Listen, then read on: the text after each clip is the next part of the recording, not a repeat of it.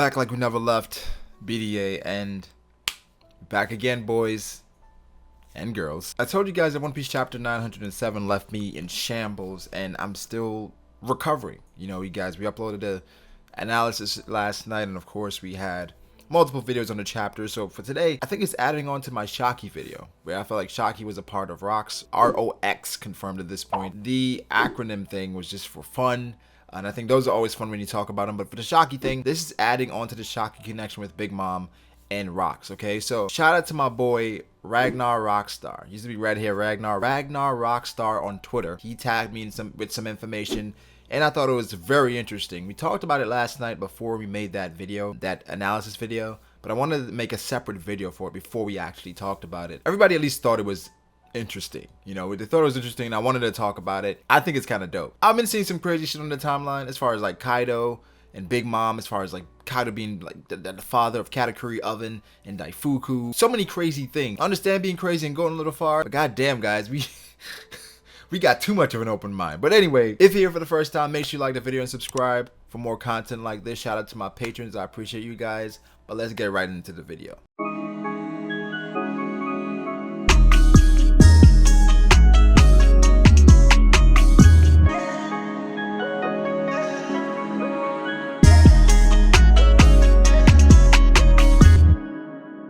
Before I get into this, I just gotta say, man, I have a different view of Shakky now. Like, Shakky, if I made a top 10 best girls or best women, Shakky is definitely going to be on the list because her perception, or my perception of her, has changed so much in the past week. Of course, I always looked at her differently because she's around the age of Big Mom, supposedly, or she's pretty old, right? Because she was an active pirate 40 years ago, which means she had to be at least 16, I'm thinking, right? 16, 17, 18, 20. So she's around 50-something, 60-something, and she looks like she's pushing 30, right? She looks like she's the same age as Nico Robin. And to know, or to theorize that she could be one of the strongest people in the One Piece verse back then, that's fucking phenomenal. If Oda goes the route to like hype a woman in this way, other than Big Mom and Smoothie, introducing Momoshiki was a great touch as well, but hyping this woman to that level would be phenomenal. I think it would be fantastic for the story, just because we felt like women have been undermined the entire story. At some point, they didn't live up to the hype. I mean, Boa Hancock, I think she's still fucking phenomenal. But for the most part, for women, every time it comes to women, we always feel like they fall short, right? Like, that's why people had some problems with Whole Cake, because Big Mom, it seems like she was continuously failing. I mean, that was the point of the arc, for the Luffy them to come in and narrowly escape, so I don't agree with that sentiment. But I understand why people view it that way, right? With Smoothie, she ultimately did nothing the entire arc. It's kind of a convenient way to have a woman not be a factor in an entire arc, man. It was kind of crazy. We can go back to Tashigi, where we feel like Tashigi,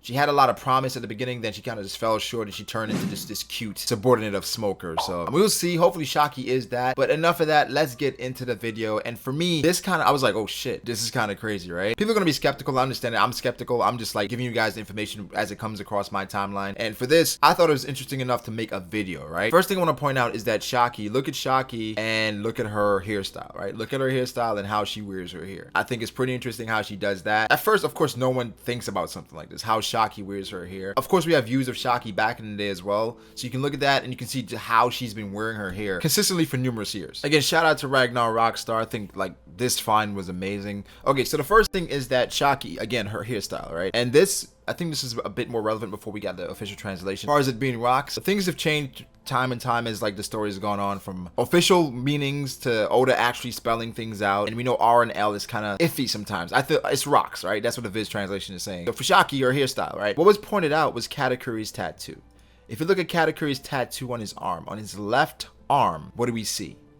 We see a Jolly Roger, and it's eerily similar to Shakky's hairstyle. If you look at it, you see the locks and you see how Shakky wears her hair. Of course, people could say, okay, that could just be a coincidence. That's Katakuri just having his own Jolly Roger. That's what his Jolly Roger would look like. Look at the mouth. Of course, that's his teeth and all that stuff. Okay, fair. That's a fair assessment. We can look at another picture of Katakuri and he has a wing on his back. So that wing on his back, we never realized what that meant. It was just a random wing on Katakuri's back. If you look at Shakky post time skip, Shakky has an outfit with a bird, which is symbolizing, I'm not sure, but it's pretty clear that Shakky now has different attire, and with the locks and the bird, is this hinting towards a connection with Big Mom and Katakuri. Again, all this could be coincidence, but I just feel like it's really crazy going back to the Garp conversation about Shakky, or Shakky's conversation about Garp 40 years ago, her hairstyle, that wing, Big Mom's son, and this could be a crazy connection. Again, if I thought she was the captain, then the Locks powers would make a lot of sense because of how she wears her hair. But that would be kind of symbolic there. I don't think she's the captain, so I don't think that's it. But having that and having Katakuri with that tattoo, which is kind of crazy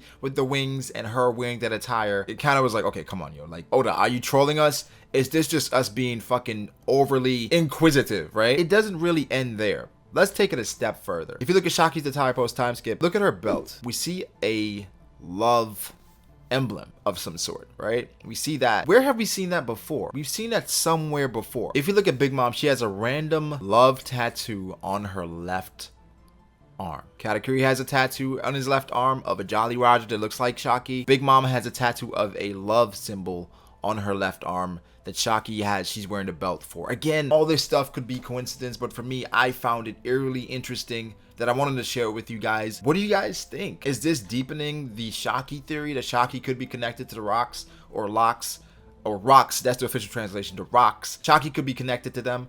Or is this just mere coincidence at this point? It's kind of crazy to think that all this, with all this information, it could be just coincidence because it's all adding up. Shakky and Big Mom, they seem to have had a relationship in the past. Katakuri getting the tattoo and getting the wing, not sure what that means, but that could be symbolizing something else. Were Shakky and Big Mom really good friends back then, and Big Mom, could Shakky have a hidden tattoo that we don't know about? Maybe they were really close friends and she helped raise Katakuri. It could be so many different things for this to make sense, but for right now we can only speculate. I think it's interesting. I don't think this confirms anything. As information becomes available and I feel like it's interesting enough, I'm gonna share it with you guys, right? I'm loving it right now. If you can't tell, I'm fucking loving it. So give me your thoughts. What do you think? Do you think this is anything? This is something or nothing? Leave it in the comment section. Something or nothing. I think it's something. I think it's too much smoke for there not to be fire, right? So like the video, subscribe, shout out to all my patrons. I appreciate you guys for all your support. It helps me out a lot as far as getting the best equipment and doing everything I gotta do for YouTube. So thank you guys so much again. Subscribe to the channel if you have not. I'll catch you guys later.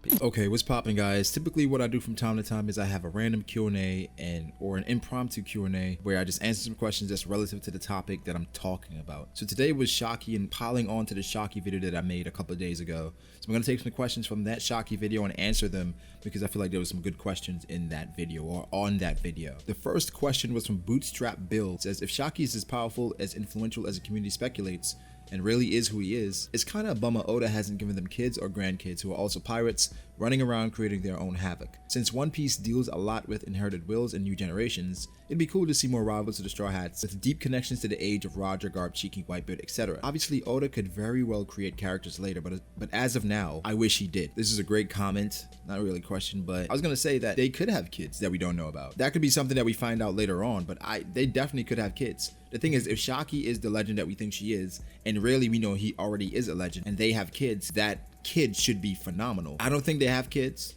It would be great if they did. Thinking what we think now, it would be a great thing for Oda to do. That is not something that Oda does a lot. Like the Straw Hats, they have rivals, but as far as like connections to the previous generation, we haven't seen that many connections, right? Elephant lied Lucy, and if I see a question from Lucy, typically I answer it because Lucy's always holding it down. Thank you so much, Lucy. She says, in chapter 903 on page 17, Kaido called Big Mom an old hag, and based on the Ace novel, both Kaido and Shanks represent a new era, while Shirohige, Whitebeard, and Big Mom are from the old era. So no, I don't think Kaido and Big Mom are the same age or close. This is in direct response to my comment about Kaido being the age of Big Mom, but still being a part of Shanks' generation. And it could be the case where Lucy is right, but I could also be right because I pointed out that Capone, Rouge, and guys like that, they're a lot older than Luffy, but they are from the same generation. Shout out to Derek of Rivia. I see him around all the time. Appreciate you, Derek. We just seen a new Vice Admiral with a spider tattoo. Shakky had a spider on her shirt. It could be Oda's way of throwing hints out there. Momosaki is the new character that Oda just introduced into the story. If Oda does decide to go the route of integrating her with Shakky,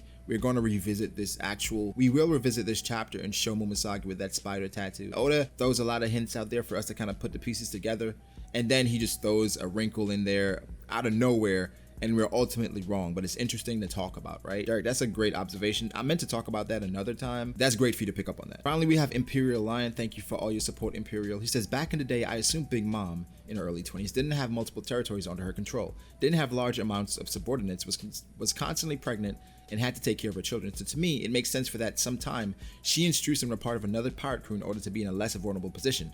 After the captain of the Rocks were defeated, she took her people and went in a different way, just like Arlong did after Fisher Tiger died. That's a great observation, because we always talked about Big Mom having kids and being able to defend herself out here in the seas. That could actually be a thing where after she became in this vulnerable position, Struzan was able to talk her into an alliance, and after she didn't need them anymore, like he said, the Rocks were defeated, she went her own way, went back to Totland and started her own thing. Because, you know, Big Mom, based on the Ace novel, had the strongest family. So this is very interesting. I love it. Thank you guys so much for the questions. Again, like the video if you did, subscribe to the channel if you have not. That would be dope. And I'll catch you guys later. Peace. For real this time.